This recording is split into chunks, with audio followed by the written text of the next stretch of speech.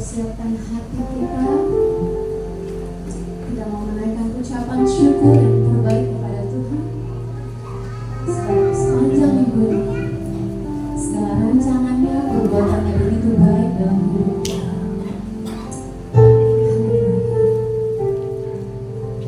Dari semula telah Kau tetapkan diriku dalam tangan, dalam rencana-Mu Tuhan.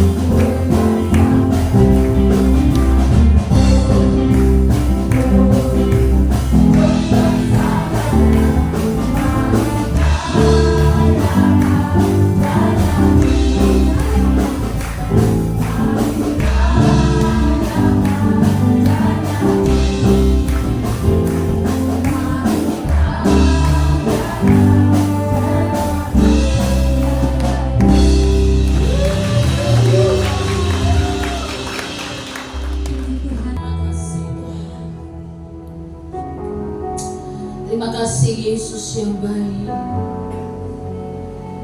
Kami telah menaikkan pujian penyembahan kami di hadapan-Mu Tuhan. Biarlah itu menyenangkan hati Tuhan, menjadi persembahan yang berbau harum di hadapan-Mu. Engkau mengenal setiap kami yang ada di hadapan Tuhan hari ini. Kami ada di rumah-Mu hari ini mengucap syukur kepada Tuhan. Amen. Kami datang menyembah Tuhan, kami datang meninggikan Engkau.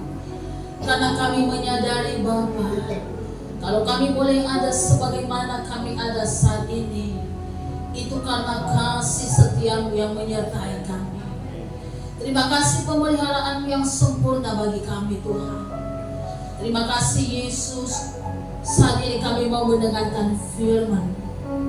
Kami memohon pimpinan Roh Kudus membimbing kami, mengansari kami, menyampaikan isi hati-Mu bagi kami, sehingga kami mengerti isi hati Tuhan. Kami mengerti kebenaran-Mu, dan kerinduan hati kami Tuhan berikan kemampuan bagi kami untuk bisa menghidupi kebenaran firman-Mu. Terima kasih Bapa, pimpinan pemberitaan firman-Mu, mulai dari awal, pertengahan hingga akhirnya, sehingga setiap kami yang ada di rumah-Mu hari ini, baik hamba-Mu sendiri dan juga jemaat yang Kau kasih, semuanya kami diberkati oleh Tuhan.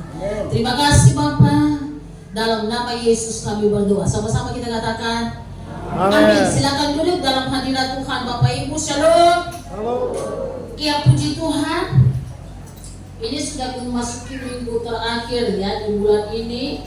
Bapak Ibu yang dikasihi oleh Tuhan, saya yakin dan percaya kita sudah sering merenungkan firman Tuhan, khususnya tema yang kita renungkan di bulan ini, bagaimana kita memberi pengaruh di gereja ya. Tentu di mana kita beribadah, terutama kepada kawan-kawan kita seiman. Bapak Ibu yang dikasihi oleh Tuhan, tadi mulai dari awal ya, lagu penyembahan kita, semua kita akui, semua baik. Apa yang Tuhan lakukan dalam hidup kita, saya harap itu bukan hanya sekedar nyanyian yang keluar dari mulut kita, tapi memang benar-benar kita merenungkan betapa luar biasa kebaikan Tuhan bagi kita. Hal-hal yang tidak pernah kita pikirkan, kita boleh nikmati dalam hidup kita. Bahkan juga ada pujian kita tadi, Tuhan Yesus baik. Bapak Ibu, saya yakin bahwa semua jemaat yang dikasihi oleh Tuhan yang ada di hadapan saya saat ini telah mengalami kebaikan Tuhan. Amin. Itu sebabnya hari ini tema yang kita renungkan kembali, berbuatlah baik. Bapak Ibu, kalau kita sadar kita ini telah menikmati kebaikan Tuhan, kita sudah hidup yang dalam kemurahan Tuhan, kita sudah menikmati banyak kebaikan Tuhan. Saat ini Tuhan juga mau kita berbuat baik ya. Nah, saya kembali belajar, walaupun ini sudah sangat sering dan bisa dikatakan khususnya di bulan ini sudah membosankan ya. Mendengarkan firman Tuhan ini kok itu aja ya. Tampilkan dulu. Siapa ini yang mau? Oke. Siapa nama ini? Ini Debbie. Debbie, Galatia 6 ayat 9 dan 10, Debbie. Yuk kita baca bersama-sama Bapak Ibu, walaupun sudah sangat-sangat sering kita membacanya. Saya berharap ada kembali sesuatu, ada yang baru ya kembali kita dapatkan melalui firman Tuhan ini. Galatia pasal 6 ayat 9 dan ayat 10, karena hanya 2 ayat kita baca dengan suara yang mantap. Ya, belum. Galatia 6 ayat 9. Kita baca 2-3. Janganlah kamu berbuat baik, karena apabila sudah datang waktunya, kita akan menuai jika tidak menjadi lemah. Karena itu, selama masih ada kesempatan bagi kita, marilah kita berbuat baik kepada semua orang, tetapi terutama kepada kawan-kawan kita seiman. Bapak Ibu, saya renungkan firman Tuhan ini, saya teringat cerita ya, cerita Nazaruddin Hoxha. Kalau mungkin Bapak Ibu pernah baca kisahnya, ia termasuk konyol lah, tapi lucu. Tapi kita baca kisahnya, dia bisa menyentil perasaan kita, kita bisa menyadarkan kita pada kisahnya. Nah, Nazaruddin ini sudah 5 tahun. Dia ikuti gurunya, dia tinggal di asrama. Nah, setiap kali ia bertemu dengan gurunya, ia bertanya kepada gurunya, "Guru, bagaimana caranya supaya kita mendapatkan kebahagiaan?" Dan itu timbul dalam hati kita dan kemudian bertumbuh. Gurunya tidak menjawab pertanyaannya, gurunya hanya tersenyum saja mendengarkan pertanyaan Nazaruddin. Pokoknya setiap kali ia berjumpa dengan gurunya, ia selalu bertanya, "Bagaimana caranya, Guru, supaya kita itu bahagia?" Dan itu dari dalam hati kemudian bertumbuh. Tidak ada jawaban, gurunya selalu hanya tersenyum. Tetapi pada awal tahun ke-6 dia ulang lagi ketika berjumpa dengan gurunya. Karena gurunya kesal dengan pertanyaannya, itu aja pertanyaannya, nggak pernah berubah. Gurunya katakan seperti ini, "Berbuatlah baik kemudian buang ke sumur." Nazaruddin luar biasa kayak mendapatkan sesuatu yang paling berharga. Dia begitu semangat, dan saat ini ambil keputusan dia akan pulang ke kampungnya.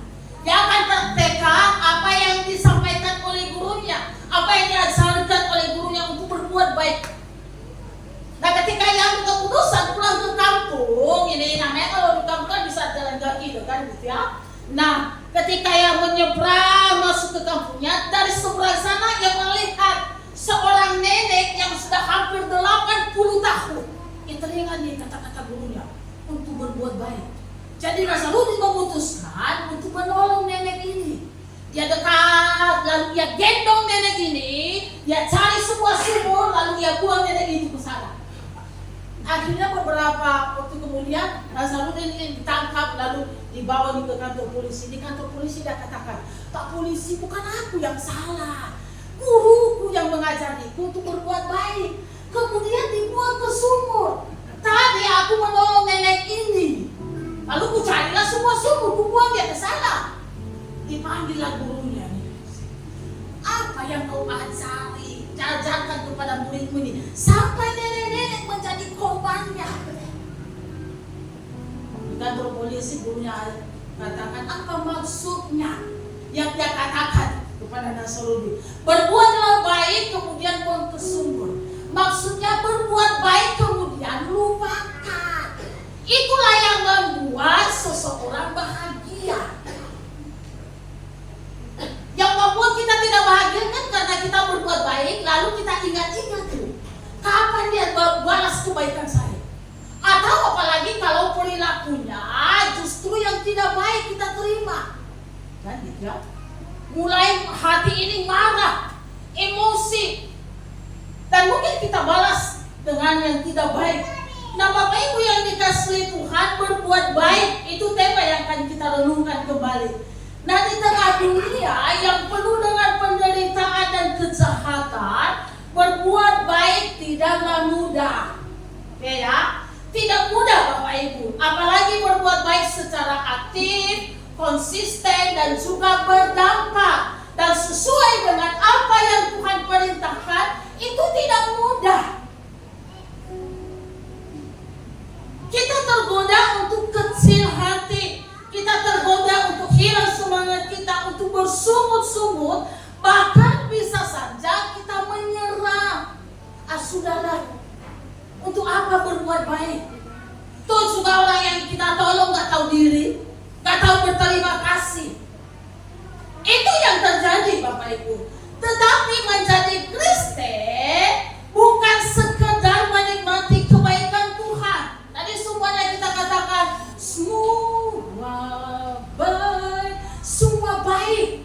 Bukan hanya sekedar kita menikmatinya, bukan hanya sekedar kita menyandang status anak Tuhan. Aku ini anak Tuhan, aku ini orang percaya kepada Tuhan.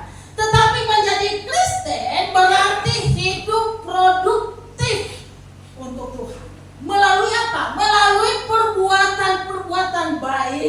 yang kita lakukan.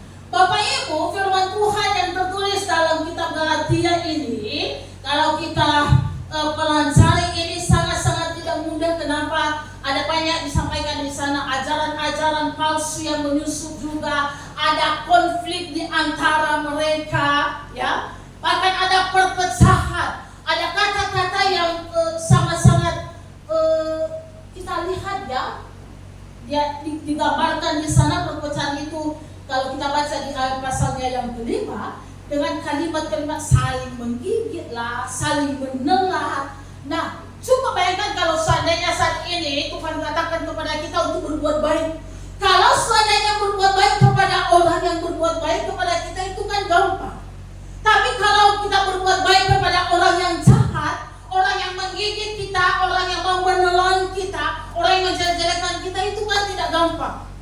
Dan kalau kita bisa, itu bukan karena kekuatan kita, tapi itu karena pertolongan Tuhan. Bapak Ibu yang dikasihi Tuhan, kita akan belajar kembali ya. Dalam firman Tuhan ini saya coba pelajari Bapak Ibu. Ada dua kata Yunani yang diartikan sebagai sesuatu yang baik yang dipakai oleh Paulus dalam firman Tuhan ini. Yang pertama, agathos. Dan yang kedua, kalos.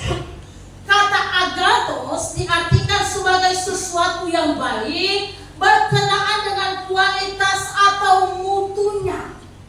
Jadi perbuatan baik ketika kita melakukan sesuatu yang baik harus yang terbaik, yang berkualitas, yang bermutu. Bapak Ibu pernah memberi kepada orang lain, entah ada makanan di rumahmu, jangan sampai sisa makananmu itu yang kau berikan kepada orang lain. Banyak enggak? Itu banyak. Jangan karena kamu malas atau enggaklah, daripada dibuanglah. Padahal kamu sendiri sudah tidak mau memakannya. Udahlah, daripada dibuang, kasih aja kepada si anu. Saya pernah mengalami itu Bapak Ibu. Ketika saya melayani di media, ini apa Tuhan loh orang saya. Tapi saya percaya ada pelajaran yang luar biasa yang Tuhan sampaikan kepada saya. Ini kali pertama baru bergabung di satu persekutuan di sana. Nah, ada kawan saya hamba Tuhan, saya sebut namanya dan marganya gitu ya. Sama-sama kami ada di satu persekutuan atau organisasi ini, sama-sama kami misionaris. Saya misionaris dan juga dia. Nah, kalau seandainya mereka datang dari Jakarta ke tempat kami, biasanya orang-orang ini bawa oleh-oleh. Setelah corona yang kemarin nggak ada lagi oleh-oleh mereka, kan gitu ya. Bawa oleh-oleh, bisa bawa baju, bisa bawa buku, bisa bawa juga ada minuman yang mereka kasih. Nah, khusus minuman ini, ya sebenarnya semua datang kasih. Nah, sebelum saya minum biasanya, saya lihat dulu masa apanya, expirednya, sampai kapan ini. Oh, sampai bulan sekian atau tahun sekian, saya lihat. Lalu sebelum itu ya saya berusaha sebelum kadaluarsa lah ya kan gitu ya, saya berusaha untuk kalau boleh menghabiskan dan kalau bisa dibagi kepada orang lain. Nah, kawan saya ini ternyata punya dia itu hanya sebagian dia minum, dia taruh aja di situ, dia lupa. Nah, saudaranya dia ambil, ini sudah apa loh? Udah expired ya, udah kadaluarsa, nggak bagus lagi. Apa yang dia katakan sama saya? Udahlah, bius, nggak apa-apa, buatlah, nih, minumlah. Ya, aku terkejut ya kan gitu ya. Apalagi saya di situ dan posisinya juga dia bisa dikatakan pimpinan saya. Aduh, bagaimana ya? Saya kasih tahu ini supaya dia jangan minum, itu maksud saya. Karena sudah lewat masa supaya dia buang, tapi dia saat ini dia nggak apa-apanya itu minumlah. Nah, untuk menghargai dia bukan karena terlalu rakus memakan itu, akhirnya saya ambil, saya minum. Ada kawan saya satu lagi gitu, saya minum. Tapi di dalam hati saya, kawan ini berarti jauh lebih berharga makanan yang kadaluarsa ini bagi dia dibandingkan dengan saya. Apa enggak dia berpikir kalau dia makan itu nanti jangan-jangan keracunan dia atau bagaimana? Tapi di dalam nama Yesus saja, saya sehat sampai hari ini. Begitu banyak kita seperti itu, Bapak Ibu. Kita membantu orang, tapi yang sisa-sisa, yang sudah kita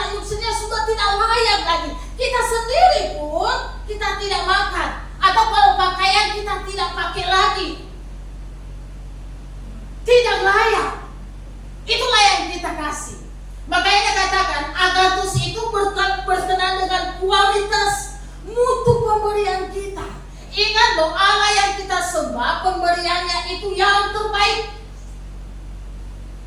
Itulah yang dia berikan kepada kita. Anaknya satu-satunya yang berikan kepada istrinya, orang yang berdosa ini. Nah, saya berharap jemaat Tuhan, ya kan, kalau kita memberkati orang, boleh. Tapi kalau seandainya sudah tinggal sisanya, kita sendiri tidak mau karena kita malas, sudahlah, daripada kita buang, lebih bagus kita kasih sama orang. Janganlah, kayak gitu ya. Jangan kita melakukan seperti itu. Berikanlah yang terbaik, karena Tuhan telah memberikan yang terbaik bagi kita. Coba kalau seandainya kita ada di posisi itu, orang lain memberikan kepada kita yang jelek, bagaimana perasaan kita? Kan gitu ya. Jadi itu harus kualitas yang terbaik Bapak Ibu, karena kita juga merindukan yang terbaik, bahkan Tuhan sudah memberikan yang terbaik bagi kita. Sedangkan kalos diartikan sebagai sesuatu yang bukan hanya baik, tetapi juga indah, menarik hati dan mempunyai daya tarik. Gitu ya. Ini casingnya. Jadi ada kualitasnya bagus, ya kan? Mutunya bagus, tapi casingnya jelek. Nah, biasanya kalau seandainya tidak ada daya tariknya, tidak ada keindahannya, Bapak Ibu, biasanya sedikit sekali yang minat, sedikit sekali konsumen yang menyukai itu, ya. Nah, hakikat berbuat baik bukan semata pada perbuatan baik, tetapi baik hati, tulus bukan bulus, ya. Atau juga kita memiliki kualitas yang terbaik tadi, kita memiliki keindahan daya tarik yang diminati oleh banyak orang. Perbuatan baik yang kita lakukan dengan tulus itu akan menjadi kemuliaan bagi nama Tuhan. Bapak Ibu, ada banyak orang tidak tertarik masuk Kristen, bukan karena pengajarannya tidak baik, bukan karena doktrinnya tidak baik. Pengajarannya bagus, kebenaran, membawa orang kepada jalan keselamatan itu bagus. Tapi mengapa begitu banyak orang tidak tertarik masuk Kristen? Karena kehidupan orang Kristen yang menjadi batu sandungan, tidak jadi berkat. Itulah casingnya tadi. Tidak ada daya tarik di sana. Sebelum mereka masuk ke dalam, mereka sudah tersandung. Nah, dua-duanya ini harus ada ketika kita berbuat baik, Bapak Ibu. Baik kualitas, baik mutu yang kita berikan, dan juga daya tariknya tadi, ya kan?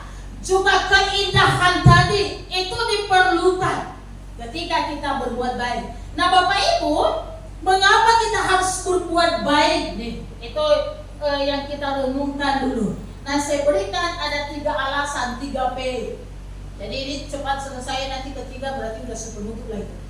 Dan yang pertama, di ayat 9 bagian A dikatakan, janganlah kita jemu-jemu berbuat baik. Yang pertama Bapak Ibu, perintah Allah. Itu yang pertama. Ungkapan janganlah kita jemu-jemu berbuat baik bukan semata perintah dari Rasul Paulus kepada jemaat yang ada di Galatia, tetapi ini adalah perintah Tuhan kepada setiap orang percaya hingga hari ini. Kalau kita mengaku kita ini orang percaya kepada Tuhan, kita ini anak Tuhan, jadi kepada kita lah disampaikan saat ini, berbuatlah baik, jangan semu-semu berbuat baik.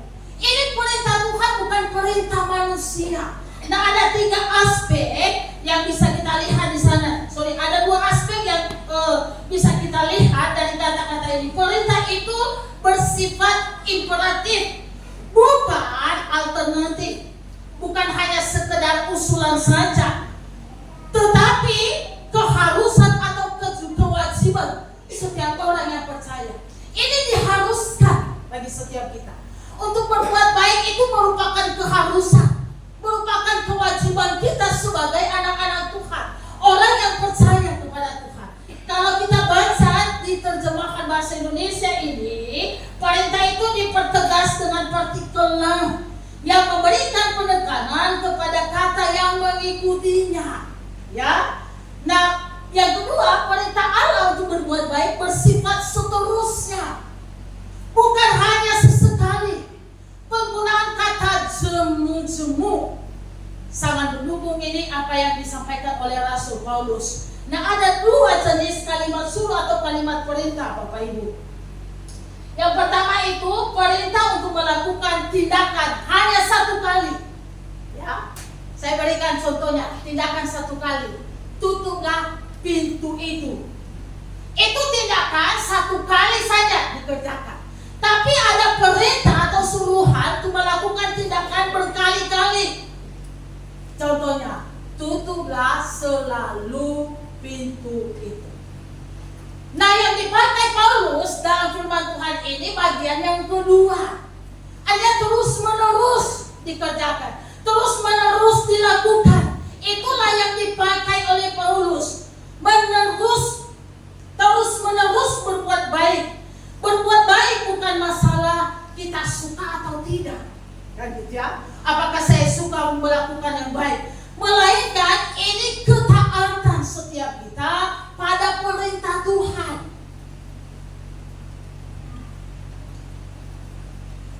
Kalau kita hanya berbuat baik kepada orang yang baik kepada kita, sekali lagi orang dunia pun akan melakukan itu. Saya renungkan, saya sering sekali, bukan hanya Bapak Ibu, sering juga dikecewakan oleh orang, ya. Saya renungkan tadi, akhirnya melalui firman Tuhan ini saya ingat siapa yang pernah minjam uang saya, ya.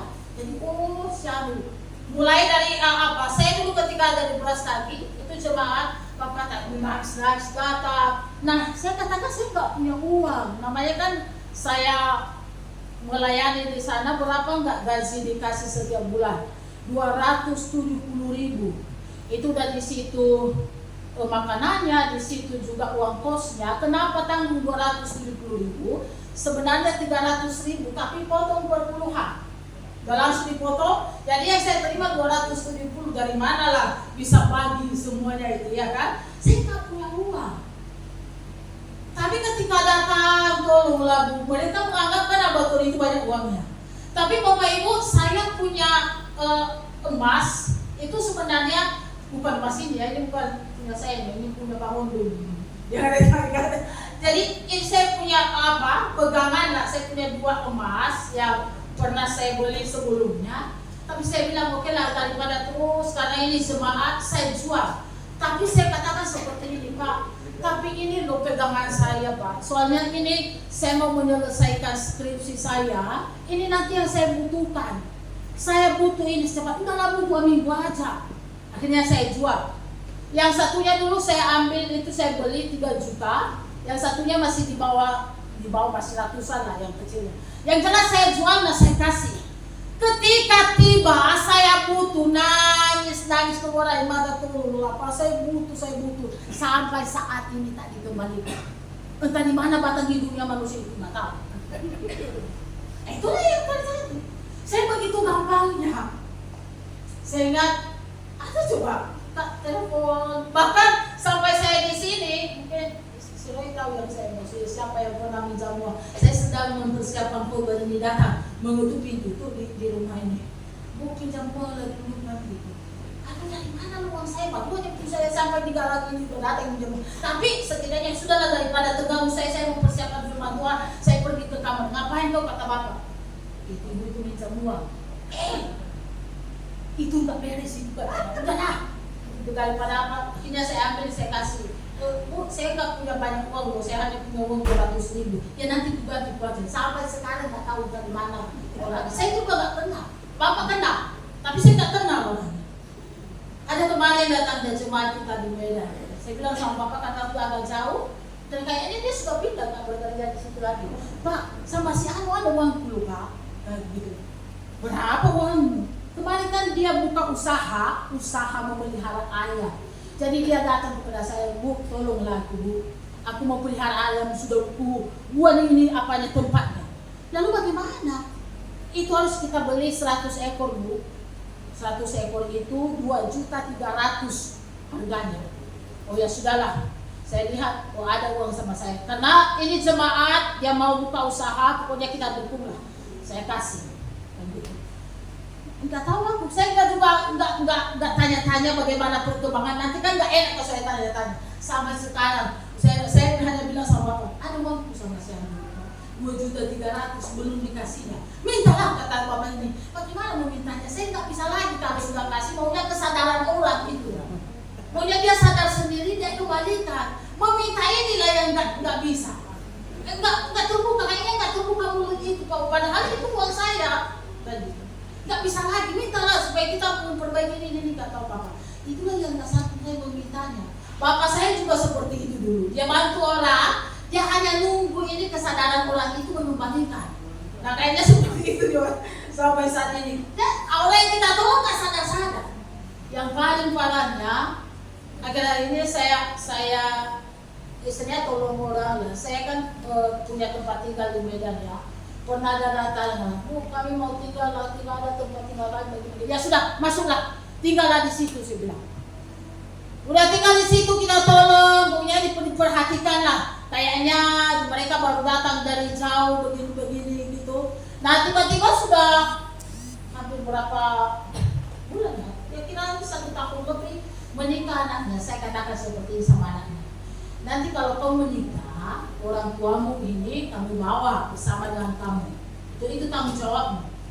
Apa yang terjadi? Justru akhirnya mereka membalikan, memfitnah saya. Mereka katakan ibu itu kejam, dia mengusir kami dari rumah. Itu rumah saya. Ya. Saya tidak minjam uang, saya perhatikan itu. Tidak gitu, saya nangis seperti ya. Bapak tahu kan bagaimana saya memperhatikan keluarga ini sampai gitu. Untuk punya Roh Kudus yang mengingatkan. Saya sempat berkata, susah kan kalau kita berbuat baik ini akhirnya membuat kita nangis, kayak menyesal gitu ya. Nah, firman Tuhan ini kembali mengingatkan. Inilah yang terjadi di tengah-tengah jemaat yang ada di Galatia, kan? Ada perpecahan, perbedaan pendapat di sana, dan mereka saling menggigit. Justru di tengah-tengah itu Rasul Paulus katakan, hai orang percaya, orang yang sudah mengenal Tuhan, berbuat baiklah kepada mereka. Itu tidak gampang, dan itu bukan hanya sekali 2 kali. Ya. Terus menerus itu yang Tuhan sampaikan melalui firman Tuhan ini. Itu sudah perintah itu berlaku bagi kita. Kemarin ketika kami belajar, ya ada dosen kami Margasila Lahir, dia katakan seperti ini. Karena kita ini lebih perhatikan. Kemarin yang menyampaikan firman Tuhan, tapi kayaknya orang Kristen kayak nggak seperti itu ya. Di kantong-kantong Kristen itu kan ada banyak yang layak ditolong di sana. Contohnya lah di Pulau Nias, di tempat kami sana, dulu nggak ada bom, nggak ada masjid. Hampir-hampir bisa dikatakan mayoritas itu bisa dikatakan 100% orang Kristen ya di sana. Tapi kenapa saat ini begitu banyak yang Muslim, begitu kosong besar? Kayak gitu. Karena mungkin dari sesama orang beriman kurang memperhatikan. Berbagi tadi tidak ada. Ada orang yang membutuhkan pertolongan, kalaupun itu satu komunitas dengan dia, tidak peduli, nggak mau tahu. Nah datang orang yang di luar kepercayaan yang ada di situ, mereka begitu memberikan perhatian, berikan beras, berikan gula, minyak goreng dan segala macam. Begitu mudahnya mereka meninggalkan iman mereka. Kadang kita menyalahkan juga kita semudah itu, tapi itulah kenyataannya. Mungkin karena nggak ada, mungkin karena begitu sulitnya hidup ini. Makanya ini pelajaran bagi kita, khususnya bagi kita yang sudah menerima kebaikan Tuhan, ya adalah berkat Tuhan yang kita terima. Kita harus bisa lihat, berbagi. Makanya katakan itu kepada kawan-kawan seiman kita. Sudah orang lain tidak menuai mereka. Lalu kita begitu gampang menghakimi mereka itu apa-apa. Karena kita meninggalkan Tuhan. Kita orang Kristen yang mampu, kita tidak mau berbagi.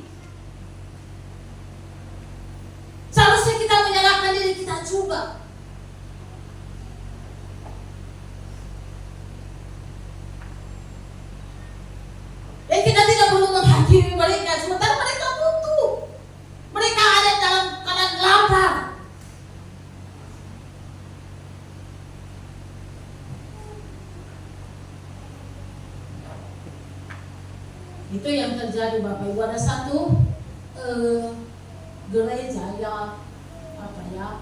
yang sudah membuat bukan aturan ya, sebenarnya sudah kebiasaan di situ. Saya ceritakan bahwa jemaat yang merasa sudah bercukup-cukupan, mungkin PA sudah menerima kebaikan Tuhan, jadi gempalanya ini mengajari mereka setiap hari ketika engkau memasak nasi, ya kan, entah berapa muruk taruh, lalu kau sendok lantas setengahmu, masukkanlah ke kantong plastik, kan, setiap hari itu sedikit aja kan gitu ya, masukkan. Lalu hari Minggu bawalah ke gereja bagi orang itu, mereka sudah siapkan tempat satu, lalu situ orang-orang yang mampu situ taruh.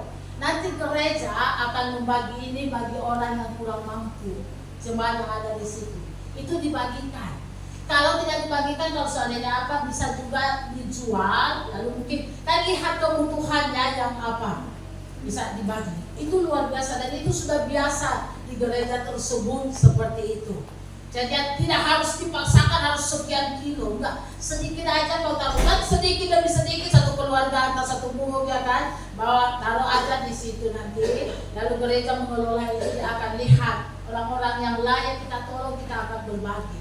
Itu luar biasa sudah mereka lakukan itu, dan dia berkata jemaat Tuhan itu nggak pernah merasa berkekurangan. Sampai saya berpikir Tuhan luar biasa ya, kalau seandainya hal itu bisa diterapkan di tengah-tengah jemaat Tuhan, itu sangat-sangat luar biasa. Nggak perlu harus begitu banyak, kita ingat ya, masih banyak orang yang membutuhkan juga, kita ingat mereka, karena memang itu yang Tuhan katakan kan, waktu aku lapar engkau memberi aku makan kan?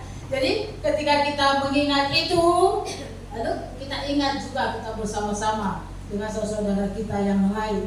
Itu yang dia katakan dalam firman Tuhan ya Bapak Ibu, terus menerus, bukan hanya satu kali, dua kali. Kemudian yang keduanya di ayat 9 bagian B dikatakan seperti ini, karena apabila sudah datang waktunya kita akan menuai, jika kita tidak menjadi lemah. Menuai, jadi penuaian, itu yang kedua.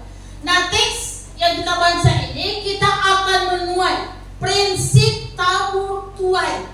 Itulah yang dikatakan oleh Rasul Paulus. Nah, ini ada 3 aspek yang terkait di dalamnya. Yang pertama dikatakan apabila sudah datang waktunya. Hal ini menunjuk pada waktu Tuhan yang berdaulat sepenuhnya dalam hidup kita. Ya, apa yang kita tabur? Kalau seandainya kita menabur, ya katakanlah menabur benih jagung, itu kan berapa bulan kemudian kita akan menuainya, kan gitu ya. Kalau kita menanam apa benih apa, ya entah berapa kemudian itu sampai bertahun baru kita akan menerima hasilnya.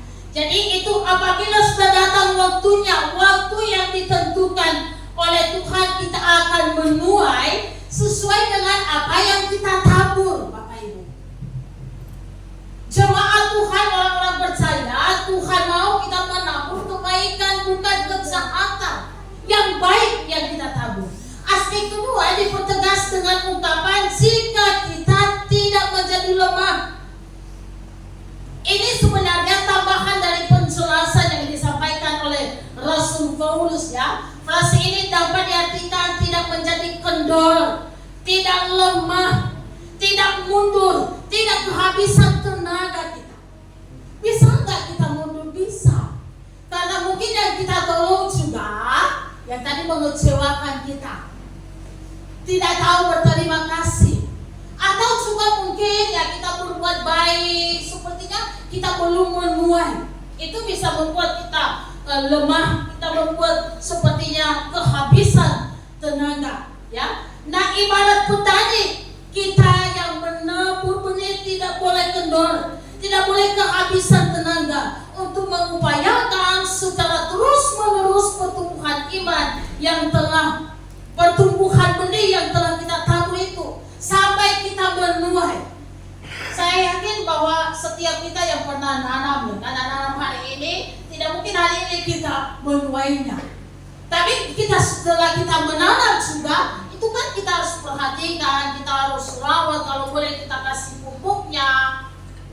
Seorang petani kan tidak lemah ya, tidak kehabisan tenaga, dia terus mengupayakan sampai benih itu tumbuh, bahkan sampai menghasilkan buahnya. Itu aspek kedua. Lalu aspek ketiga dipertegas dengan ungkapan terutama kepada kawan-kawan kita seiman, ya.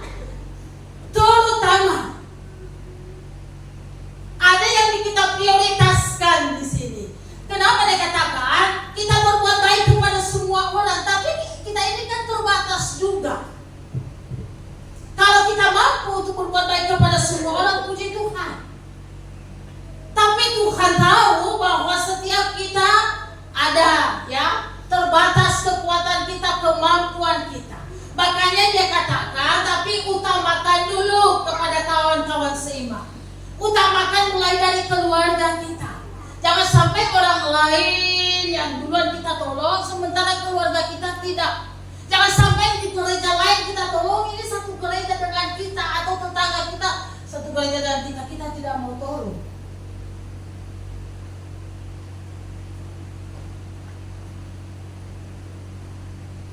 Terutama jadi kita saling menolong itu harus ada. Kita belajar kepada jemaat mula-mula.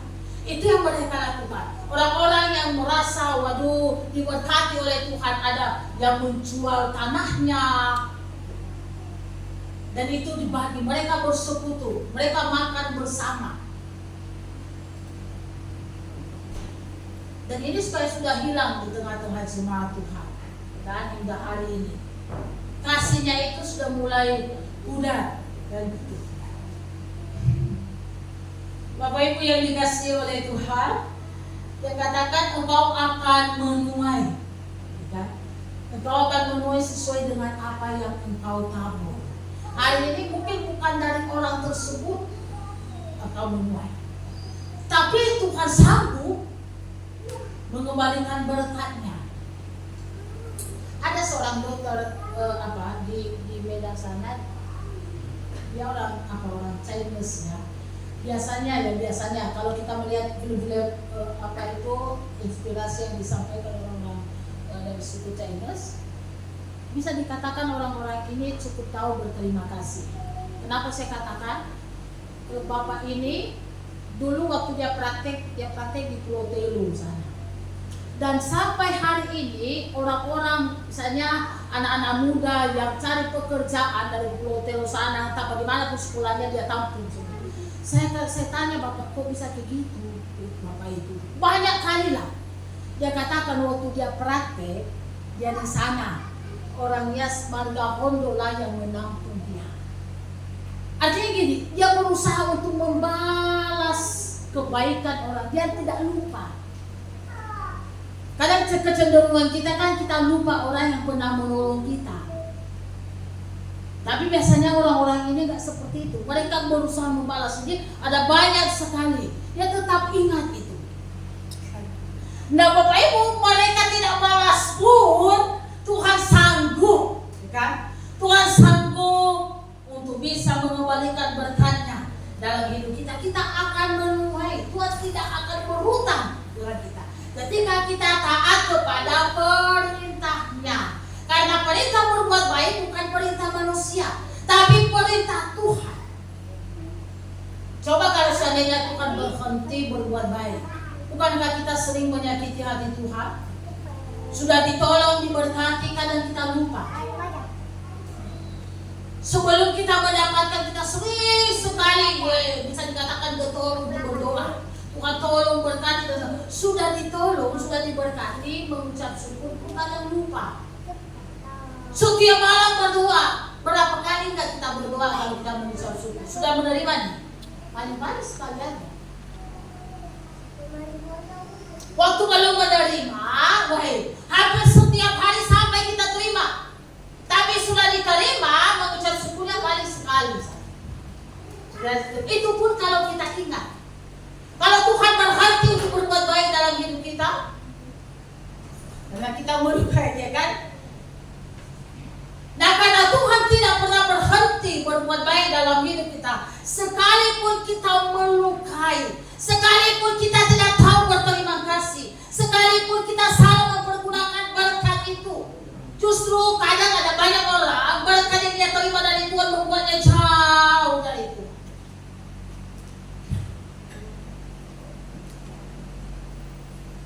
Bukankah orang yang kaya, kan gitu ya, yang tadinya miskin, yang miskin setidaknya lah hidup sederhana. Nah, Tuhan angkat hidupnya, Tuhan berkati hari lepas hari sampai ia punya mungkin segalanya yang tidak punya orang lain. Sekarang dia pergunakan itu untuk hidup dalam dosa. Bukan sedikit orang yang tadinya walaupun mungkin tak ada di sini, dia begitu setia suami istri, begitu banyak bapak-bapak kan, dia udah banyak uangnya, tinggal pilih lagi yang lain. Yang hari ini mungkin lurus rambutnya, besok yang bengkok rambutnya dan segala macam. Banyak istrinya, setiap suami.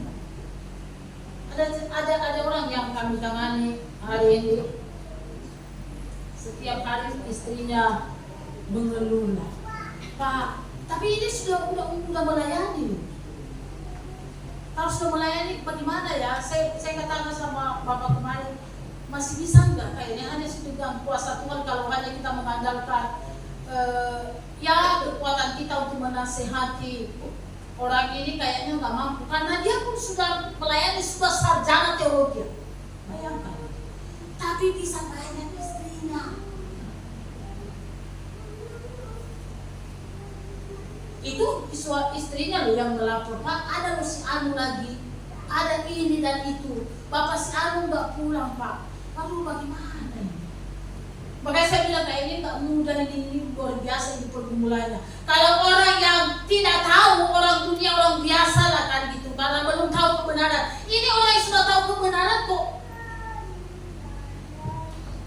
Katanya ya, saya nggak tahu dia tamatan dari mana, tapi ada gelarnya, sarjana teologi. Seperti itu yang terjadi. Tapi bisa, itu sudah hidup di dalam dosa. Kenapa ada uangnya? Kan gitu, ya kan? Nah, Bapak Ibu yang dikasih oleh Tuhan, selain daripada penuaian yang disampaikan di situ, ini P yang ketiga.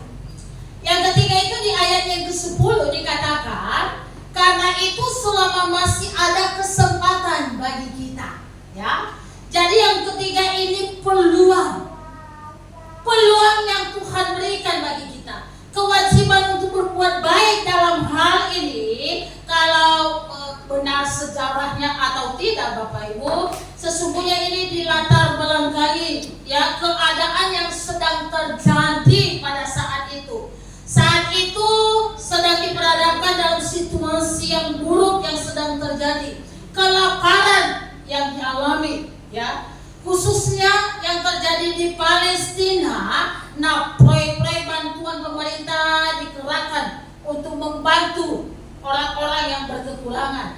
Nah, menyadari itu Rasul Paulus menganjurkan segenap jemaat untuk menabur, bahkan menegaskan bahwa ini adalah kesempatan bagimu, ini adalah peluang untuk berbuat baik. Selama masih ada kesempatan, itu yang dia katakan.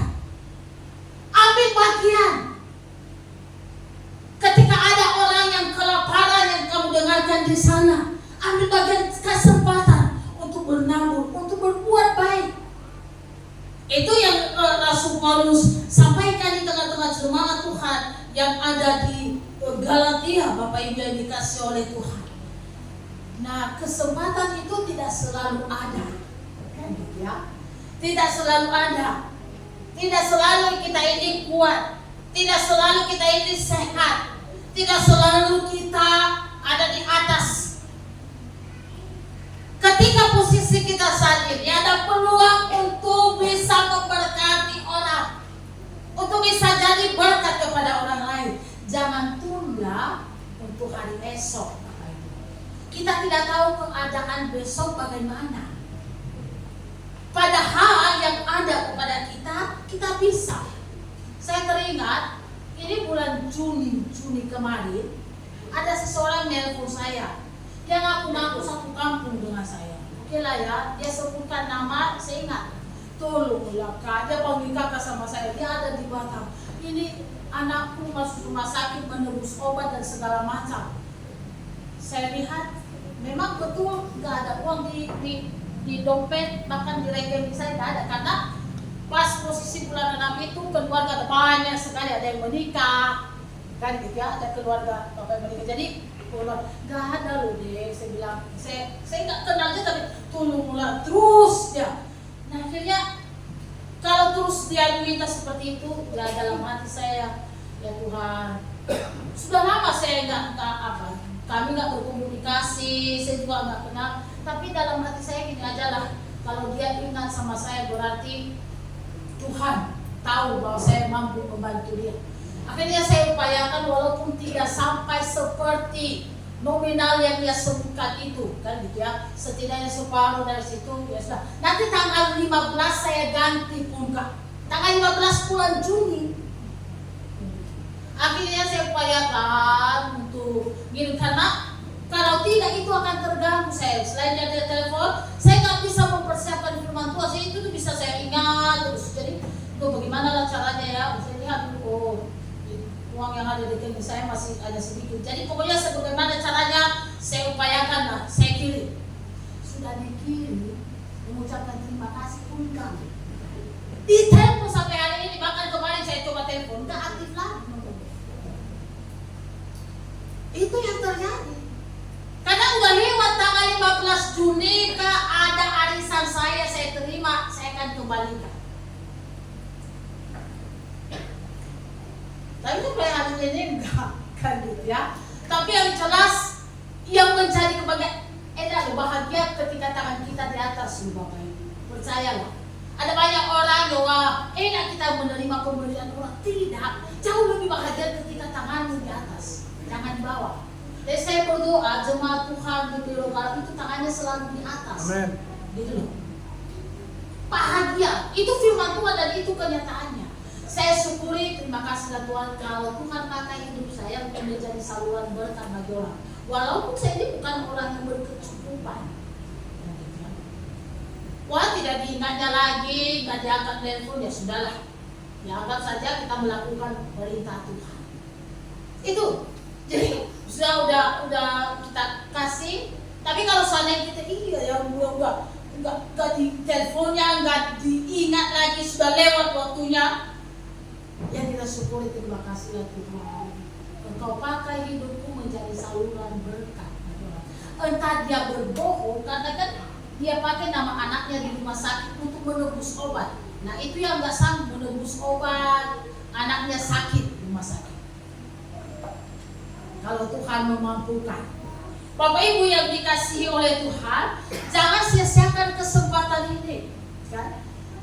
Karena kesempatan itu tidak selalu ada, tidak selalu diperhadapkan dengan kita. Sekali lagi engkau mampu hari ini untuk bisa berbuat baik. Sekecil apapun, melangkahlah untuk berbuat baik. Jangan tunggu hari esok, jangan tunggu hidupmu mapan dulu, baru engkau bisa berbuat baik kepada orang lain. Bagaimana kalau dia mengecewakan saya, Bu? Terus Tuhan saja juga terus dikecewakan, tapi Tuhan tidak pernah berhenti untuk mencurahkan kebaikannya dalam hidup.